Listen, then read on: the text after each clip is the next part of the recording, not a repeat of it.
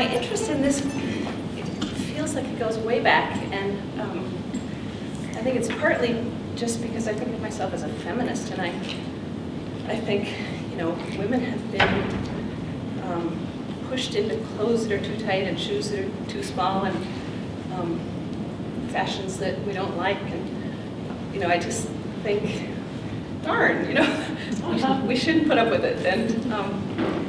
And I also, as a doctor, see a lot of women who come in just pretty desperate about their weight and just having a hard time controlling what I think of as emotional eating. And probably most of you know what I mean by that. I think most women know what I mean by that. It's just a pretty common experience for a lot of us.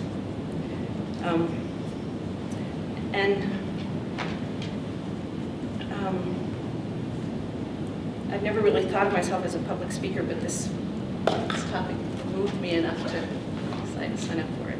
And I realized that when I was looking through my bookshelves, I have about 10 books about the topic. It's just like something that's really interested me.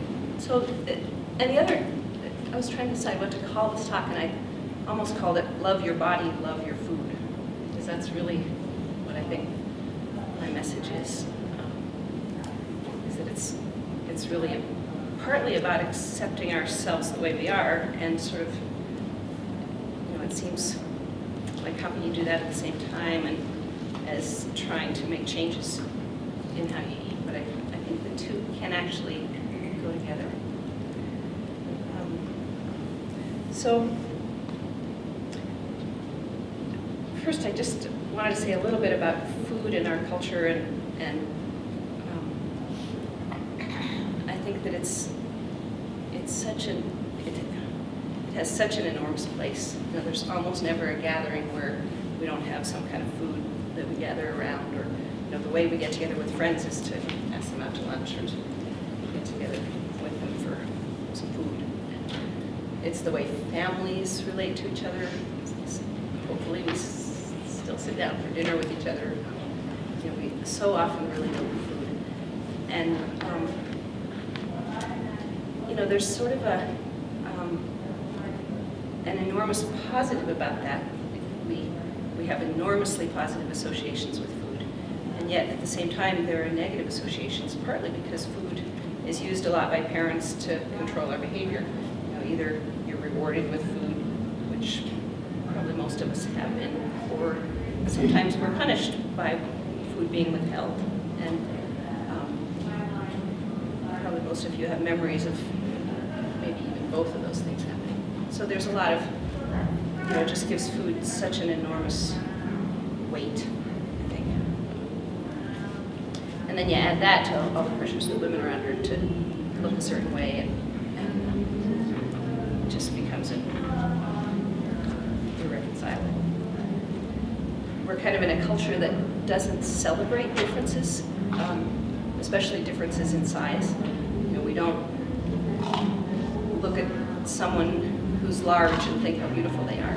We look at them and feel critical of how they eat or what they don't do for themselves. I think as a physician, when I'm asked by women what to do to lose weight or help with diets, a lot of what I've learned actually is from my patients. And I really want to give credit to the people who come into me all the time. I just feel like, and it's partly because I ask them, okay, what did work for you and what didn't? And I think sharing those things with each other can really help. So that's part of what I want to do today. But it's also true that different things really work for different women. I think for some women, the Atkins diet has just been a godsend. And for other women, eating complex carbohydrates is the way to go. So I think, sort of what to eat is probably a lot less important than how you eat and how you pay attention. So we'll talk about that too. So I think the other thing that I wanted to say is that I have a lot of the same issues and have a lot of awareness of my own compulsive eating, and I have very positive associations with food as a child, and also very negative ones, and throughout the rest of my life. And one of the stories that I think about a lot is how my Aunt Meridine, when she was quite old, she's my father's sister, was going through her house and preparing to move to an assisted living center. And she told me this story about finding a mug in the basement that had been her brother's, my father's, Ovaltine mug. Because my father was always thin. In fact, his parents thought he was way too thin. So he got a mug of Ovaltine every night. And she didn't, and because she was thought of as fat. And she was all her life being put on diets, and she has all kinds of stories about my grandmother kind of giving her mixed messages and telling her, oh, it's okay to have some cake, it's a special occasion, and when she was trying to restrain. And so I sort of grew up with that awareness from my father, who had a real disgust for overweight, and that message came across loud and clear to me and my siblings. And I had one brother who was chubby when we were kids, and that brother was the scapegoat, and was, my older brother would make up terrible songs about him. It was just like, because he was fat, somehow that justified him being picked on.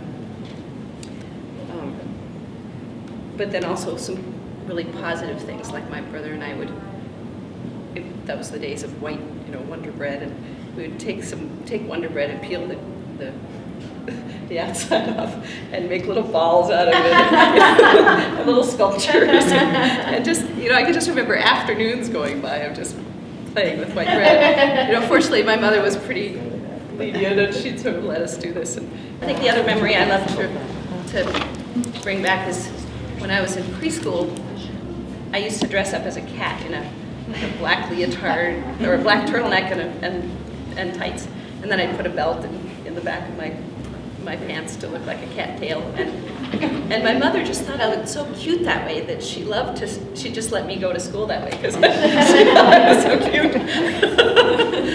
And I think we don't all get such positive regard, maybe as little as children, but certainly if we start getting chubby as even elementary children, you just don't get that kind of positive cuteness kind of feedback that we all should be getting.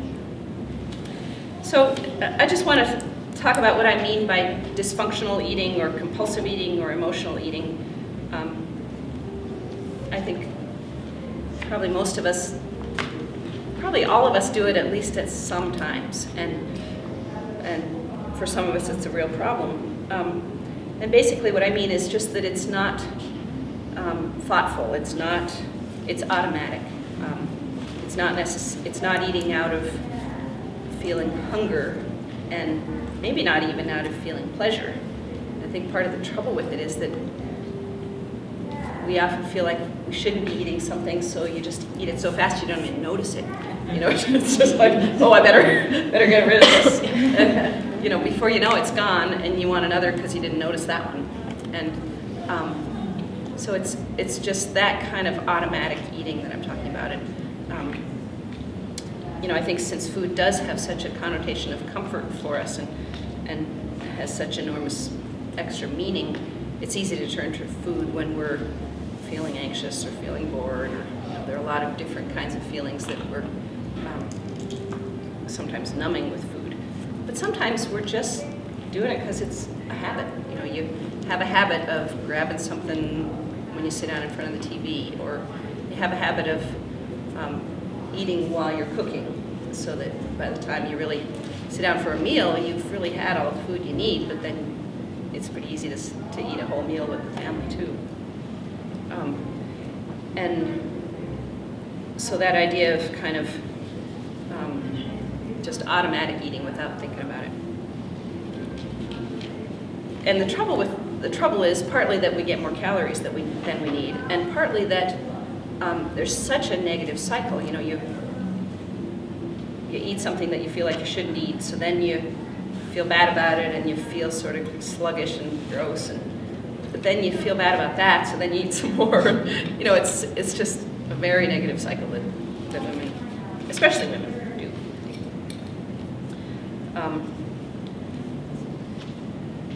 So it's mindless, really. And often what it means, and I don't mean to say at all that it always means this, but I think often what it means is that you're feeling out of control of something else in your life that kind of leads you to eat in a way that's out of control. Or sometimes that it's a substitute for satisfaction in other areas of your life that aren't satisfying. Things that aren't, ways that you're not fulfilling dreams that you had, or even, day-to-day things that you wish you were doing. Sometimes it's because we're so conditioned as women to be caretakers and kind of help other people with their feelings, and sometimes even control other people's feelings, but at least help them and do that caretaking piece, that we're sort of the last person that we take care of, and so eating is the way that we take care of ourselves. Sometimes I think compulsive eating happens just because we're in the middle of a change that's sort of upsetting, and you haven't quite integrated it, you haven't quite figured out how you're going to live with this new business of being a mother, or being a grandmother, or being divorced, or having a new job, or just those things that are kind of unsettling. I think sometimes we use food to deal with feelings that are uncomfortable. If you're worried about a presentation, you have to do that next day. Well, this afternoon I actually drank water and ate a bowl of vegetable soup, but yesterday evening I was eating Girl Scout cookies. At that point I was still kind of procrastinating. By this afternoon I was really focused. And I think we also do it in social situations, both that are comfortable and traditional, but also I think it's pretty common in a social situation where we're uncomfortable, say a cocktail party or a gathering with family where there are tensions. It's easy to sort of put food in your face. I think one way that I'm aware of doing it is when I'm tired and just kind of running on empty emotionally or physically. There's something in me that says, oh, some food will help, and so I go find some food. And that, I may not be hungry at all, it's more tiredness that I'm responding to. I think sometimes, and there's been a lot written about this, that sometimes we eat and gain weight because it's a safer way to be. We may not feel comfortable feeling sexual, or we may not want to attract attention to ourselves, and so it's literally something to hide behind. And I've talked to quite a few women who have become aware of doing that, and there are whole books written about that issue. And again, I think it's easy just because it's easy for women to get over busy and to be caring for everybody else. I think sometimes we don't even know what our needs are. It's not that we're not meeting our own needs. We haven't even stopped to sort of ask ourselves, what would we be doing if we were doing what we wanted to be doing, or what would we be feeling if we weren't suppressing the feelings that we're suppressing. And again, that has to be, I'm not really advocating that you go out and yell and scream at the people you feel like yelling and screaming at. You sort of have to do it in an appropriate place, or in an appropriate way, or with a loving heart. But sometimes expressing the feelings that are not being expressed can make a difference.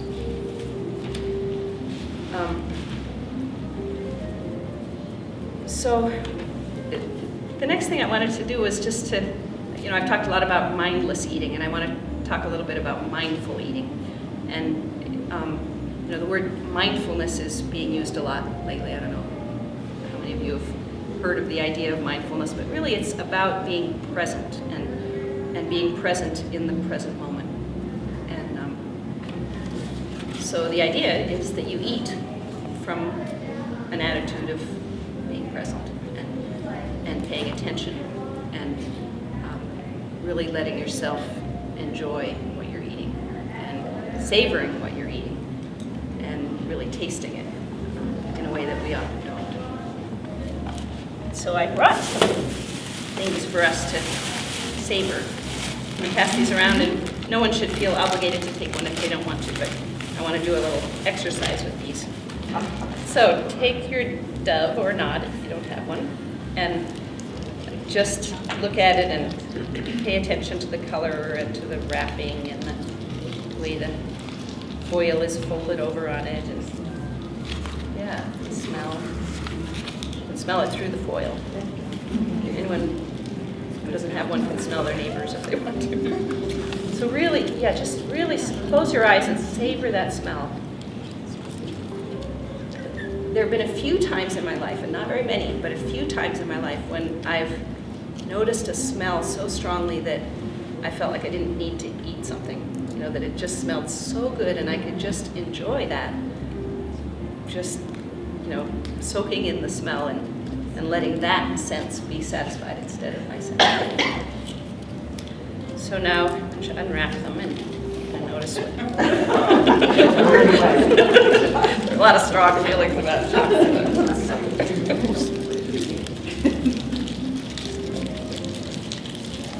Take a look at the color of the dark, rich color. Oh, and these have little messages on the inside. That's part of it. I'm sure it's a marketing strategy to help people enjoy chocolate. Let's sort of settle into quiet now and put the chocolate in your mouth. And I want you to just let it sit on your tongue. Don't bite it. Unless you already have. Just let it sit on your tongue. And those of you who don't have one, just let yourselves be present in your body. And feel your breath going in and out. And as you breathe in and out, if you have a chocolate in your mouth, you'll probably smell the chocolate and feel it melting on your tongue. And just be completely present with that experience of how the chocolate feels,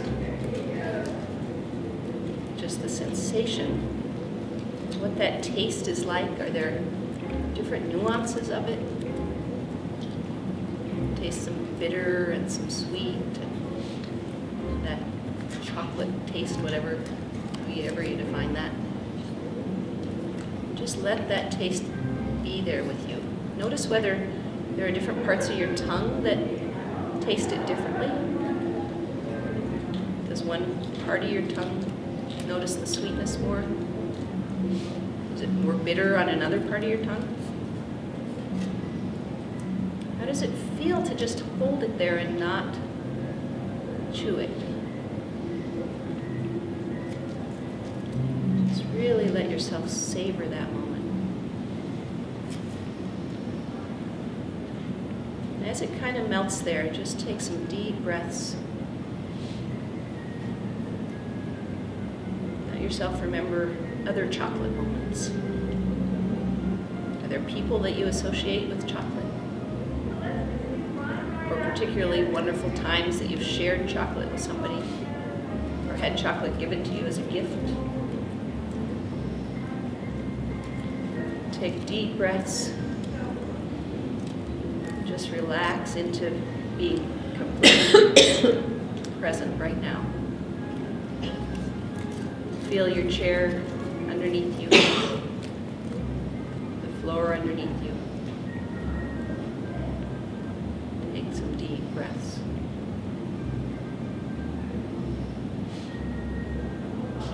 Notice whether any particular feelings come up about the chocolate. Is it a positive experience? Is it a guilty experience? Is it a negative? Or is it just pure bliss? I'm inviting you to kind of think of yourselves as investigators. Think about noticing when you have urges to eat, where you are when you have urges to eat, how you're feeling when you have urges to eat. Start out by just noticing and not even trying to make any changes in that. Just notice. be an investigator. And then an interesting thing to try is to start keeping a record of everything you eat. And don't do this for very long because it can get really annoying and compulsive and stuff. But if you do it for a week, just decide, okay, I'm going to do this for a week, and don't try to change your eating habits, but just write down every single thing that you put in your mouth and approximately how much of it. And then at the end of the week, look back and see what's there. Does it surprise you how much you ate? Is that about what you figured you ate? Did you eat less than you thought you usually do? Did you eat more of certain things than you thought you did? Just sort of making your eating more conscious and thinking about it some. The other thing that I think is useful sometimes is to make a drastic change, like, for instance, have one day when you only do liquids. And that can mean what we call full liquids, so it can include, popsicles and puddings, and also soups that are liquid, and teas and water and juice, but just sort of to see what that feels like, and not to deprive yourself of calories. The idea isn't to sort of be hungry all day long. And in order to get enough calories from liquids, you really have to do quite a few of them. But just see how your body feels during that day. See how your emotional response to food is. So it's a non-dietary change. And then see how you feel the next day when you're going back to eating other foods. Another exercise is to stand in front of a mirror without your clothes on and just see what comes up for you. And for most women, it's pretty negative. But as you're standing there trying to find one part of your body that you can really notice and really appreciate. It might be your earlobe. It might be your elbow. But doing it every so often, maybe once a day, maybe once a week, and finding a different part of you that you appreciate each time. And of course, the idea is to gradually start trying to appreciate your body more. That's sort of what I'm sneaking into. And I think you can do it other ways besides standing in front of a mirror.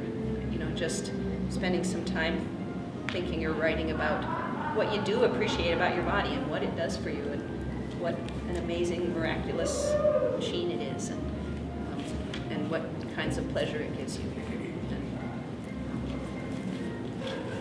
what are the good things about it. And you can do that with, start with your feet, because they're pretty easy to appreciate for most people, and move up to your legs, and just gradually move through your body and do some appreciation of each part. Really seriously trying to think of what those parts have done for you or for other people. And then the other thing that I think is a really good exercise is just spending some time considering what your needs are, because as women we think about everybody else's needs first a lot, and just spend some time with that one. A lot of pretty heavy emotional issues come up around our bodies, and especially if you've suffered abuse or had people treat your body badly. And so be gentle and be loving toward yourself. And if things come up that are really difficult to handle, find someone to help you with that. And that can be a really rich experience. Another one that I really like to encourage people to do is to ask themselves how they play. And you might just ask yourselves that right now. We don't have to go around the circle or anything, but just, what's your answer to the question, how do you play in your life? What's really fun that you do? And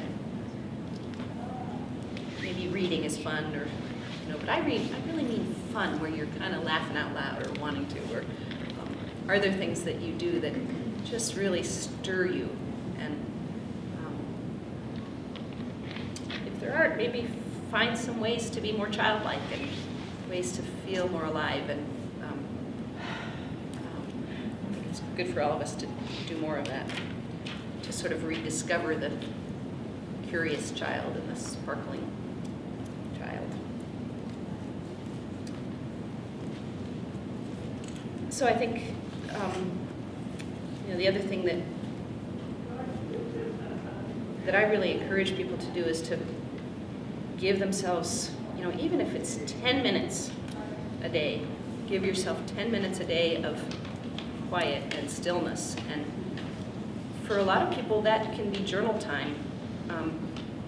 For some women, just meditating or taking a warm bath with candles around you, or doing something that's really quiet, that's just for you. A really fun journaling technique is to just sit down with your journal, and I think first thing in the morning is a really rich time to do this, and just write, and write without stopping. And there are books written about this too, but where it's literally a stream of consciousness. You just write whatever comes to mind, and it's amazing to see what comes up. And you start doing it, and if you do it for a few days and a few weeks, and then sometimes look back at what you've written, and a lot of women especially start writing about either their literal dreams or their daytime dreams. But it doesn't have to be that. It can literally be a time to process what happened the day before, or to think about a problem you're facing, or just writing in a way that isn't going to be judged by anybody. So I think part of the antidote to the emotional eating that we do is to have practice in that space of getting to know your inner self and giving yourself permission to do that, and to practice that every day, either by writing or by meditating or by praying, if that's what you do.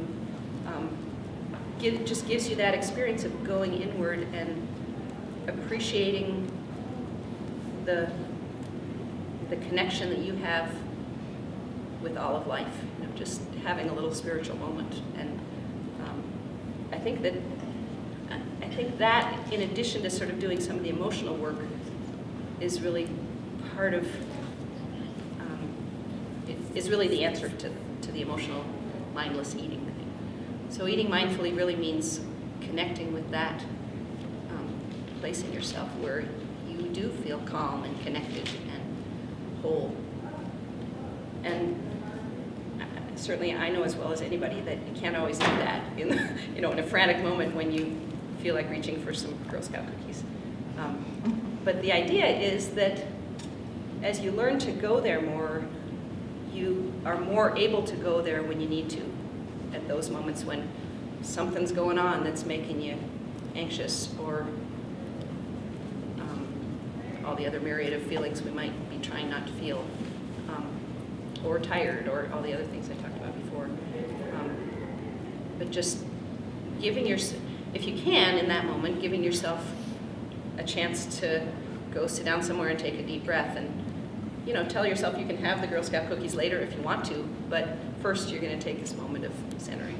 And sometimes you'll still want them, and sometimes you won't. And I think the other thing about this is that it's really important not to get into thinking you have to be perfect. It's not about doing it absolutely right every single time. And forgiving ourselves and getting back on the horse when we disappoint ourselves in how we do it. I also wanted to talk a little bit just about some very specific things.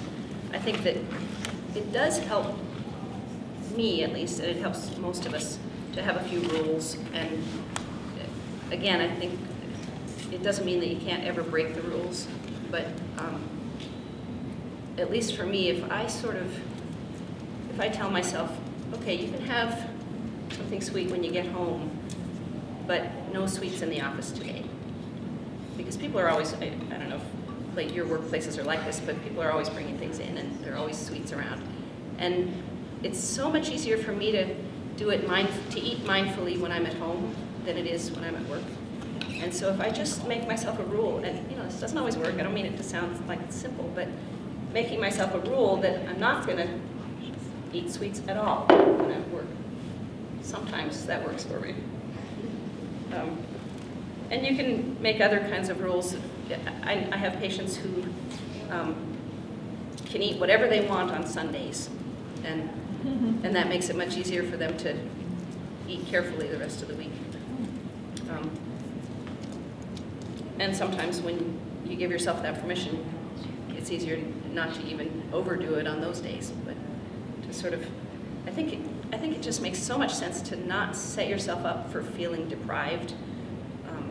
That whole feeling of, I can never eat sugar again. You know, it's like, at least for me, that's a sure thing to make me want some right now. I think it is good to recognize that both caffeine and white sugar have the physiologic effect on us of, boosting our adrenaline, boosting our cortisol, making us feel suddenly good and energized. But there's a pretty inevitable drop, especially if you eat them by themselves. If they're eaten with other foods, they don't do that so much. They're absorbed a little more slowly so that you don't get quite the high. And I think a lot of us have seen this pretty clearly in our children and maybe aren't quite as aware of it happening to us too. But at least for me, if I eat sugar, I pretty often will want some more later. And I think it's just that cycle. And it's really, I think it's legitimate to think of it as an addiction, even though it's not the kind of addiction where, the same amount gives you less effect, like strictly speaking an addiction does. But one thing that I think is a pretty powerful thing to do is just tell yourself for 1 week or 2 weeks, say, I'm going to eat no white sugar and no caffeine. Although if you do it with caffeine and you're used to drinking caffeine, you kind of have to taper down. But with sugar, you don't. Just to give it a try, and knowing that you can do whatever you want at the end of that week. But give it a try and try to be really mindful during that week of how you feel and what it's like to be saying no to things. And does that feel good or feel bad? And do you miss the comfort from the sugar, or do you not? And it just makes you much more aware of what it does for you or doesn't do for you physiologically. So I would invite you to give yourselves a week off of sugar, just to try that, and a week off of caffeine. And in fact, that's one wonderful thing about eating less sugar is that you find yourself turning to fruit more. And I think that's a really healthy alternative. Another guideline that I think is really helpful is to try to eat at least 5, if not 9, fruits and vegetables a day, servings of a fruit or a vegetable. There's just, every time I turn around, there's more and more research that says, decreased rate of colon cancer, decreased rate of breast cancer, decreased blood pressure, of course, decreased cholesterol, increased sense of well-being, even just all kinds of things that improve when you eat more fruits and vegetables. And, the little benefit is that you don't have as much room for the kinds of foods that aren't as good for you. So just really carrying some vegetables around with you to eat for snacks, and that can be a really useful technique. I don't always do this, but I really believe that the idea of eating nothing white is a good idea. Avoiding white flour and avoiding white sugar. And, again, I would say make exceptions to that rule, but in general, trying to eat whole grains and seeds and nuts and beans is a really healthy way to eat. So, again, I don't think what you eat is quite as important as how you eat, but I think those are a few things that can be useful. I guess there's one more, which is that trying to get some protein in every meal really helps to keep you from just being hungry before the next meal's coming. And sometimes planning a snack that has some protein in it can make it much easier not to binge before you get to your next meal. Protein stays in your body longer and is absorbed more slowly from your stomach. It just has a lot of benefits that way. So back to the how again. I talked some about mindful eating, but I think that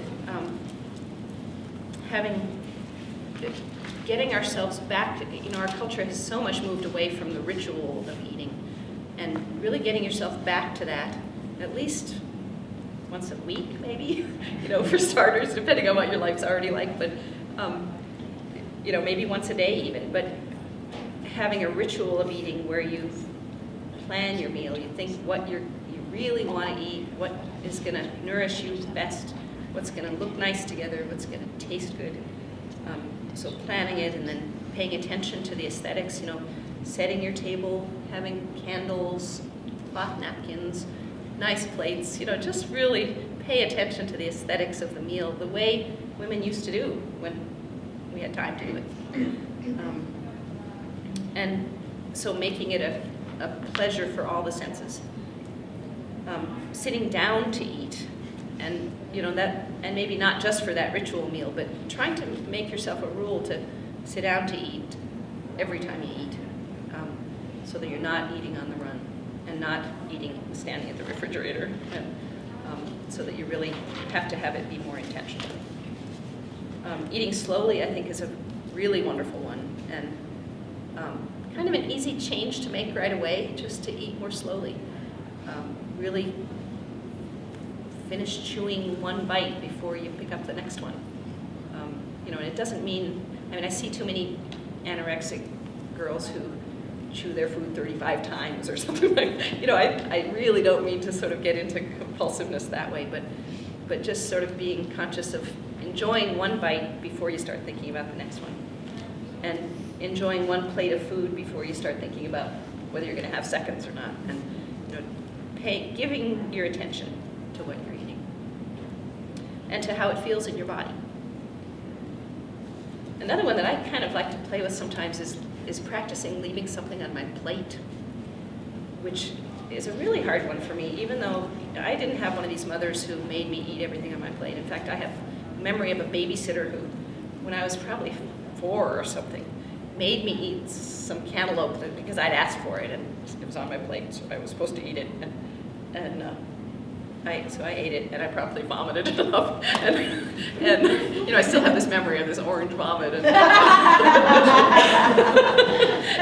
I told my mother about it afterwards, and she said, well, I'll let that babysitter know that you don't need to eat something if you don't want it.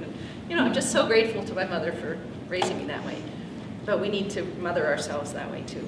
And, thinking of it as being good mothers for ourselves, I think, is a really powerful analogy. So practice leaving something on your plate, and just pay close attention to stopping before you're too full, and maybe even stopping before you're very full at all, and really attending to what the food feels like in your stomach, and whether that was something that felt good or you liked even going down. And I'm starting to feel like a broken record, but just really paying attention to your food and to your body as it responds to the food. And trying to do nothing else while you're eating, trying to not read the paper, not watch television, not drive a car. There are a myriad of other things that we're always doing while we're eating. But it sort of goes without saying that this kind of eating, you're not doing that. And again, if you can't do that all the time, I can't do that all the time, you do it some of the time, and try to make it more of the time. So it's really about changing your relationship to your food, and changing your relationship to your body is part of that. And sometimes they can both happen at the same time, and sometimes you do one first. I'll kind of wrap up here. The other whole section of things that I wanted to talk about was exercise. And,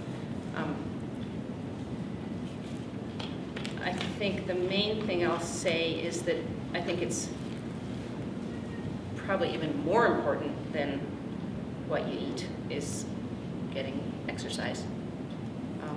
And it's often hard to stop doing things that you know that are bad for you, but it's easier to do things that you know are good for you, to support yourself. And I think that's true in trying to eat things that are good for you, but it's also true of trying to get some activity. And So I just would invite you to set yourselves a goal of increasing your activity somehow, and whether that means trying to do something once a week for 10 minutes, just starting with a very reachable goal. And if you're already doing some, sort of having a goal of 30 minutes most days of the week, I think is a really healthy goal to eventually move toward. But you start slowly and you set your goals in a reachable way, and you keep track of what you've done. You give yourself credit for it. Put a check on the calendar and maybe even write what you did, and have a place where you keep track of it. And if you set a goal and you reach your goal at the end of the week, you can give yourself a little reward. Yeah, I don't know, maybe a Dove. Dove chocolate would be a good one. So again, I love the analogy of, I talk with mothers too about giving their children, putting stickers on the calendar for staying dry that day or something like that. And so sort of thinking about it as mothering yourself and what will help me to reach these goals? How can I reinforce this? How can I treat myself well? So here's a little list. Climb the stairs more often. Give yourself a 5-minute break just to move. Get a dog. Yeah. Get a jump rope. Find some dance music that you love and a place where you feel comfortable dancing in your own kitchen or wherever. Just moving to music is an incredibly healing thing to do. And doing it alone or doing it with someone else, whatever works. Making friends with someone who loves to exercise. Or finding a friend who's at least willing and that you can make a plan with, because if you have a plan and you have to meet somebody, you're much more likely to get there. I'm sure a lot of you have found that. And doing some things like yoga or Tai Chi or some kind of meditative activity that is calming, I think is a really positive thing for a lot of women. Just to connect with our physical selves and be in our bodies more. Oh, and the other thing I wanted to say was sort of changing the focus from how we look to how we feel, how our bodies feel. And it's so easy for us to think we need to look good or look right, or especially when we're dressed up. I think it's a lot easier these days for women to wear comfortable clothes when they're not dressed up. But trying to practice being comfortable in your body. Because really our physical bodies are the way we're present in this world. And another memory I have is when I was in high school, this group of people came through my town, and they came from a Quaker college they were visiting. And as we sat down to the meal, we sat down in silence, and one of these young people said, and I was like 15 or something, and I still remember this really clearly, said, something like, bless this food to our use, or whatever. And then it just talked about the idea that eating is really our way of having a covenant with life, that we are continuing to, our spirits are grounded in this world, and they're grounded by the fact that we eat food and live in bodies, and food is the way we continue to do that. And I kind of love that. It's almost like, and he also compared it to taking communion, that it's sort of a sacrament. If that analogy works for you, use it, because I think it's really powerful. So trying to increase our awareness and befriend our desires and befriend our needs on a lot of levels is really what I'd like to leave you with, and listening to our bodies and listening to our inner selves.